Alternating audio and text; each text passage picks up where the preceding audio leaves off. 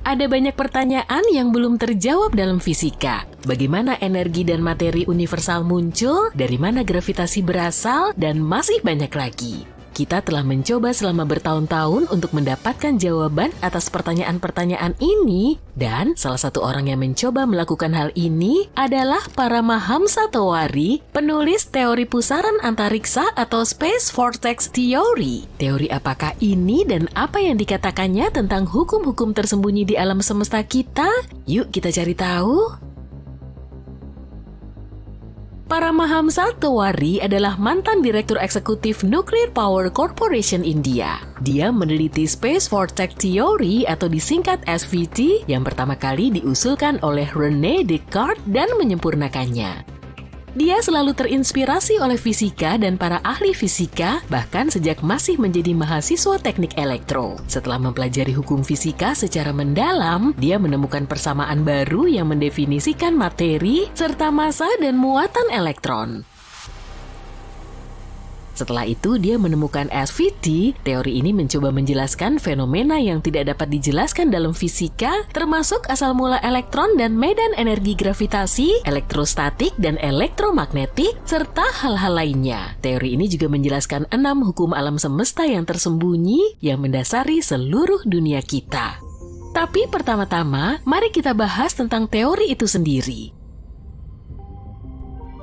Space Vortex Theory menyatakan bahwa alam semesta terdiri dari pusaran-pusaran atau pola-pola energi yang berputar-putar. Dan menurut SVT, pusaran-pusaran ini adalah balok bangunan fundamental alam semesta. Ini adalah kekuatan pendorong di balik hukum fisika dan prinsip-prinsip dasar dunia kita. Pada dasarnya, segala sesuatu di alam semesta itu terhubung dan saling berhubungan melalui pusaran-pusaran ini.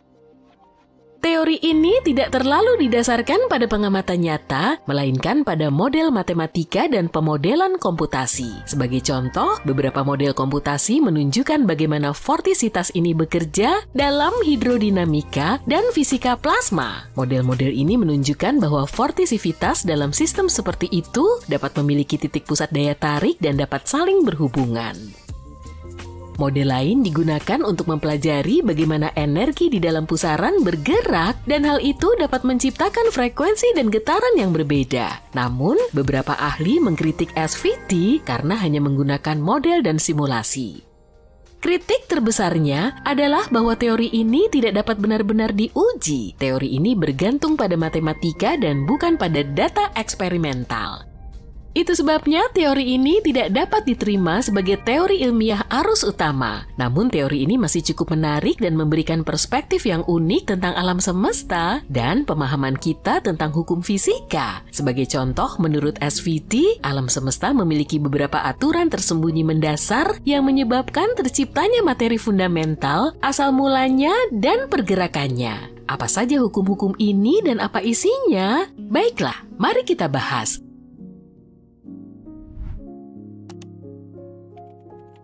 Hukum pertama, alam semesta hanya memiliki satu entitas ruang primordial, yaitu ruang hampa mutlak yang menyusun materi.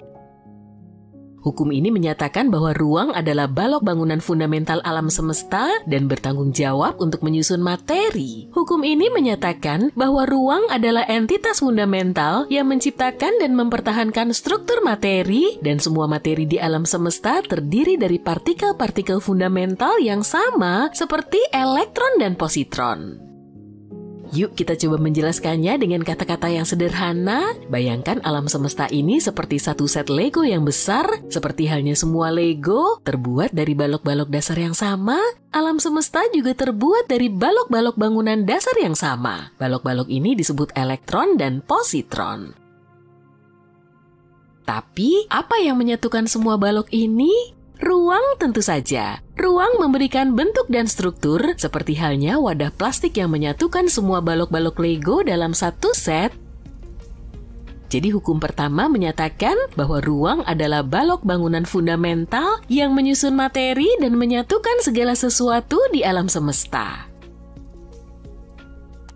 Hukum kedua, materi dibentuk dengan kelipatan dari satu jenis partikel fundamental, elektron dan positron. Hukum ini menyatakan bahwa semua materi di alam semesta terdiri dari partikel fundamental yang sama, yaitu elektron dan positron. Kedua partikel ini adalah balok-balok Lego yang kita bicarakan tadi, dan menurut hukum kedua, partikel-partikel kecil yang tidak terlihat ini membentuk segala sesuatu dari atom kecil hingga galaksi raksasa. Seperti halnya bentuk atau ukuran rakitan Lego yang kita buat, ia tetap terdiri dari balok-balok penyusun yang sama. Hukum ketiga, distribusi medan di ruang angkasa yang terkait dan berasal dari materi, seperti yang diakui oleh fisika kontemporer, adalah efek yang muncul dari satu medan fundamental di ruang angkasa. Hukum ini menyatakan medan yang dikenali oleh fisika kontemporer seperti medan elektromagnetik dan gravitasi adalah efek yang timbul dari satu medan fundamental di ruang angkasa.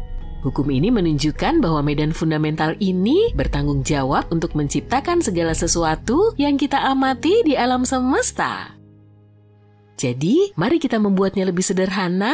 Kali ini bayangkan alam semesta itu seperti taman bermain yang luas, semua medan berbeda yang kita amati seperti medan gravitasi dan elektromagnetik. Anggaplah itu adalah beragam permainan yang kita mainkan di sana. Tapi apapun yang kita mainkan, kita tetap berada di satu ruang yang fundamental. Ini adalah taman bermain itu sendiri, dan taman bermain itu adalah dasar yang menyatukan semuanya.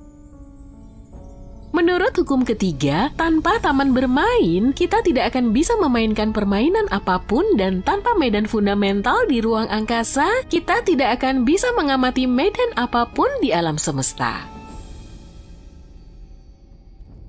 Hukum keempat, tidak ada kekosongan di ruang angkasa dimanapun di seluruh alam semesta, kecuali di pusat-pusat partikel fundamental materi atau elektron dan positron. Hukum ini menyatakan bahwa tidak ada ruang yang benar-benar kosong di alam semesta, dan semua ruang diisi dengan medan fundamental yang kita bahas tadi. Hukum ini menyatakan bahwa elektron dan positron bisa ditemukan di mana saja, dan bahkan benda-benda yang kita anggap kosong, seperti ruang hampa udara, sebenarnya penuh dengan partikel-partikel kecil. Dan menurut hukum ini, satu-satunya ruang yang benar-benar kosong yang bisa kita temukan di alam semesta adalah di pusat-pusat partikel fundamental atau elektron dan positron. Hukum kelima, dari satu konstanta universal fundamental, semua konstanta yang dianggap universal dalam fisika kontemporer dapat diturunkan. Hukum ini menyatakan bahwa semua konstanta yang dianggap universal dalam fisika kontemporer dapat diturunkan dari satu konstanta universal fundamental. Hal ini menunjukkan bahwa semua konstanta dalam fisika saling berhubungan dan dapat dijelaskan oleh satu prinsip fundamental. Aku tahu kamu pasti mengawang-awang sekarang, tapi mohon bersabar ya. Kali ini coba bayangin alam semesta sebagai sebuah resep konstanta-konstanta dalam fisika seperti kecepatan cahaya, konstanta gravitasi, dan konstanta Planck. Semua itu adalah bahan-bahannya. Semuanya sangat berbeda dan jumlahnya sangat banyak. Namun seperti halnya semua bahan dalam resep yang saling berhubungan dan menyatu untuk membuat satu hidangan, semua konstanta dalam fisika juga menyatu untuk membuat alam semesta. Dan seperti halnya resep masakan yang punya bahan utama yang menyatukan semuanya, fisika juga punya konstanta fundamental tunggal yang menyatukan semuanya. Hukum keenam, struktur spasial materi fundamental submikrokosmos berulang secara seragam dalam struktur spasial benda-benda makrokosmos seperti planet, bintang, dan galaksi. Hukum ini menyatakan bahwa struktur partikel-partikel fundamental yang membentuk materi itu berulang dan seragam di semua skala, mulai dari partikel subatom hingga benda-benda makrokosmos seperti planet, bintang, dan galaksi. Hal ini menunjukkan bahwa prinsip-prinsip dasar yang sama mengatur struktur materi dalam segalanya. Yuk kita kembali ke analogi resep dan masakan. Dengan menggunakan bahan-bahan yang berbeda dan mengkombinasikannya dengan cara yang berbeda, koki dapat menciptakan hidangan baru. Ini semua akan menjadi hidangan yang berbeda dan bisa jadi sangat sederhana atau sangat rumit. Tapi saat membuatnya, koki tetap menerapkan aturan dan pengetahuan dasar yang dimilikinya. Sama halnya dengan alam semesta juga menciptakan struktur yang berbeda dari atom hingga planet, bintang, dan galaksi. Namun, alam semesta tetap menggunakan prinsip-prinsip dasar yang sama untuk menciptakan semua hal tersebut. Jadi hukum ini menunjukkan bahwa struktur partikel-partikel fundamental yang membentuk materi bersifat berulang dan seragam di semua skala. Itulah 6 hukum dasar alam semesta menurut SVT, dan meski tidak diterima oleh ilmu pengetahuan umum, ini masih merupakan konsep yang cukup menarik.